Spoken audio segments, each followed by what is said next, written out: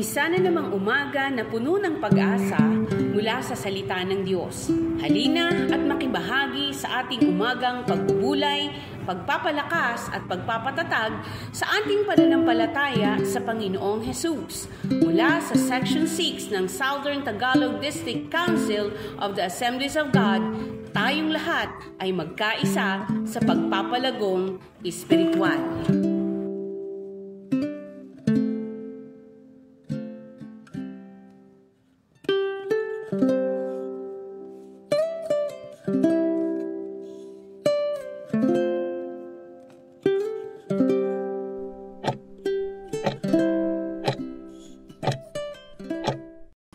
Praise the Lord, purihin muli ang ating Panginoon. Magandang umaga po sa ating lahat. Tunay na napakabuti ng Diyos dahil muli tayong binigyan ng bagong araw upang magnilay at lumapit sa Kanya. Naway, sa ating pagtitipon, ngayon, maranasan natin ang presensya at kapangyarihan ng Panginoon habang ating sinasaliksik ang Kanyang salita. Ang Matthew 18 to 19 ay nagpapaalala sa atin ng isang napakahalagang katotohanan bilang mga anak ng Diyos at bahagi ng Kanyang iglesia. Binigyan tayo ng otoridad at pribilehiyo upang manalangin at magkaisa sa pananampalataya. Kapag ang iglesia ay sama-samang sa kanyang hangarin, puso at panalangin, may ipinangakong pagkilos ang Diyos na hindi pangkaraniwan. Bago po tayo magpatuloy, ay tayo po muna ay humingi ng gabay sa Kanya at tayo po ay manalangin. Aming Ama sa langit, salamat po sa iyong salita na nagbibigay liwanag at gabay sa aming mga buhay.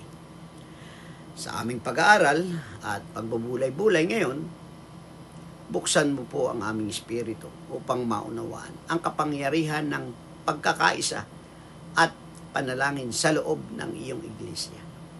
Naway, ang aming devotion ngayong umaga ay magdala ng kalakasan, pag-asa, direksyon sa pangalan ni Jesus. Amen. Amen. Ang atin pong teksto ay matatagpo natin sa Matthew 18 to 19. Sabi po doon, tandaan ninyo, anumang ipagbawal ninyo dito sa lupa ay ipagbabawal sa langit. At ang pahintulutan ninyo dito sa lupa ay pahihintulatan sa langit. Sa verse 19 po, tandaan din ninyo, kung ang dalawa sa inyo ay nagkakaisa dito sa lupa, sa paghingi ng anumang panalangin, ito'y ipagkakaloob sa inyo ng aking amang nasa langit. Pinagpala na po tayo sa pagkakabasa ng Kanyang salita. Ang tema po, ang kapangyarihan ng nagkakaisang iglesia at panalangin. Amen. Salamat sa Panginoon. Tingnan po natin ang talatang ating binasa at tingnan po natin ang mga puntos na pwede nating maging lakaran sa ating pananampalataya. Sabi po doon sa Matthew 18, anumang ipagbawal ninyo dito sa lupa ay ipagbabawal sa langit. Ito po ay otoridad ng langit ay ibinigay sa iglesia. Bilang mga mananampalataya, hindi lang tayo tagasunod, tayo rin ay binigyan ng otoridad upang magpatupad ng kalooban ng Diyos. Kapag tumayo ang iglesia sa katotohanan, ito ay sinasang-ayunan ng langit. Amen? Ang pagdideklara, pagpapasya, at pagdidisiplina sa iglesia ay hindi lamang panglupa. May spiritual itong bigat sa langit. Sabi nga ng Luke chapter 10 verse 19, binibigyan ko kayo ng kapangyarihan. Wow! Salamat sa Panginoon. There is power in the name of Jesus. In Ephesians chapter 6 verse 12, iba ang ating pakikipaglaban. Spiritual, Kaya may spiritual na otoridad. Tayo po ay nasa larangan ng pakikipagbaka at bilang mga mananampalataya at mga anak ng Diyos, tayo po ay lumalakad na mayroong tagumpay at kasama tayo sa parada ng tagumpay. Yan po ang pangako ng ating Panginoon.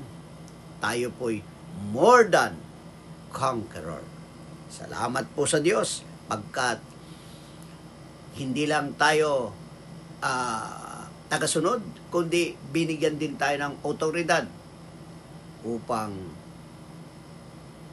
gawin ang kalooban ng Diyos.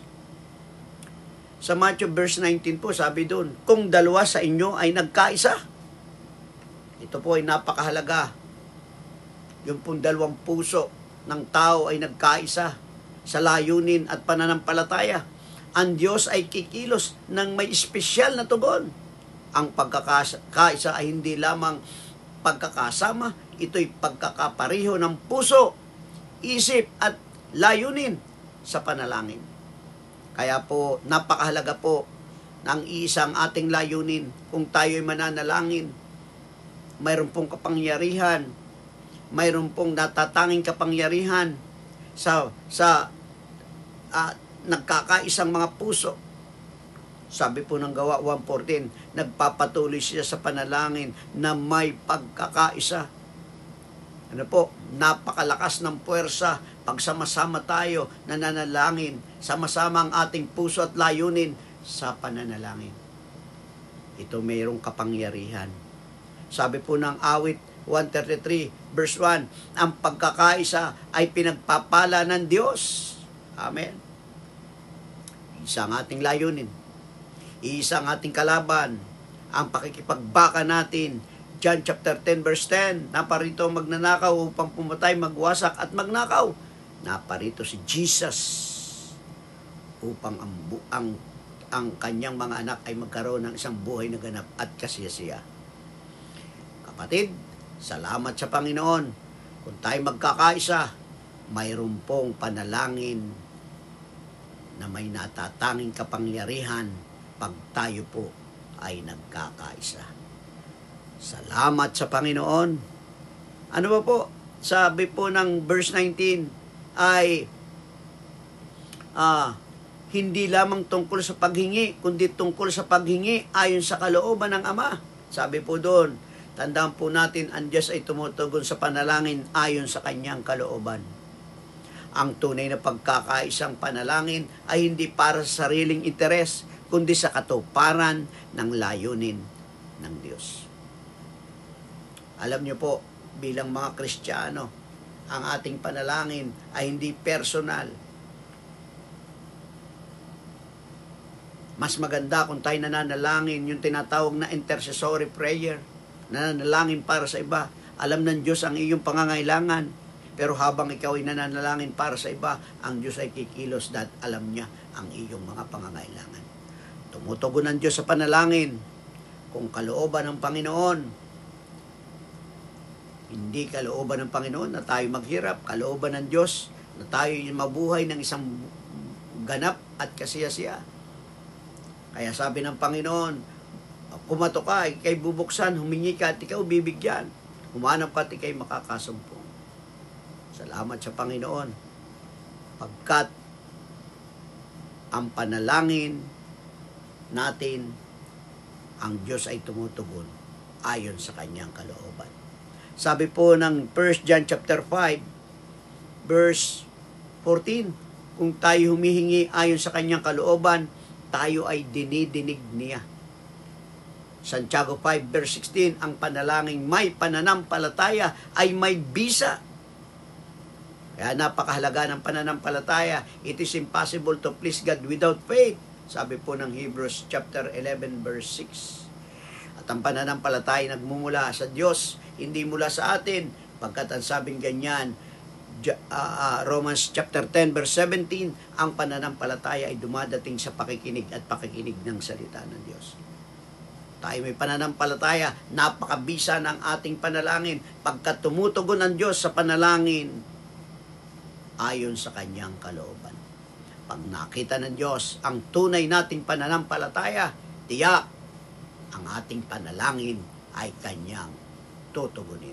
Praise God! Purihin ang ating Panginoon. At ganun din naman, sabi ng talata 18 verse 20, kung ang iglesia ay nagkakatipon sa pangalan ni Jesus, hindi lang siya nakatingin. Siya ay nariyan, kumikilos at nagpapalakas. Tanda natin, ang presensya ng Diyos ay nasa gitna ng nagkakaisa. Amen? Kung may 2-3 nagkatipon sa Kanyang pangalan, siya ay nasa ating kalagitnaan. Siya ay nariyan, kumikilos, nagpapalakas at nagbibigay ng kapayapaan sa bawat isa. Ang presensya ng Diyos ang nagbibigay ng kapangyarihan sa ating panalangin. Amen? Kung wala ang presensya ng Diyos, lahat po ay walang kabuluhan. Mahalaga ang presensya ng Diyos sa ating kalagitnaan. Kaya po sabi ng Matthew 18 verse 20, naroon ako sa gitna nila. Sakaraya chapter 4 verse 6, hindi sa lakas o sa kapangyarihan, kundi sa aking espiritu. Is not by might nor by power, but by the Spirit, says the Lord. Purihin ang ating Panginoon sa umagang ito. Salamat sa Diyos. Ano po sa talata na ating nakikita, ang pagkakaisa ng iglesia ay nagdadala ng himala at pagbabago. Gusto mong maranasan ang himala? Kailangan natin ng pagkakaisa. Iisa ang ating layunin, ang sundin ang kalooban ng Panginoon at maranasan natin ang himala at pagbabago. Maraming himala sa Biblia ang nangyari sa konteksto ng corporate unity. Isang nagkakaisang iglesia ay hindi madaling tugtugin ng kaaway o talunin ng kaaway. Matibay, matatag at puno ng kapangyarihan. Ganyan po ang nagkakaisang iglesia. Kung tayo watak-watak, tayo'y malalagas. Hindi mangyayari kung hindi tayo nagkakaisa. Kaya ang pagkakaisa ng iglesia nagdadala ng himala at pagbabago. Sabi po ng Gawa, chapter 4, verse 31, nayanig ang lupa at sila'y napuspos ng Espiritu. Philippians chapter 2, verse 2, magkaisa kayo sa pag-iisip at layunin. Amen. Purihin ang ating Panginoon sa umagang ito.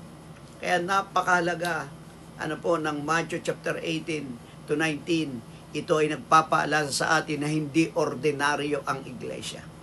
Ito ay may otoridad mula sa langit, may kapangyarihan sa panalangin, at may presensya ng Diyos sa pagkakaisa.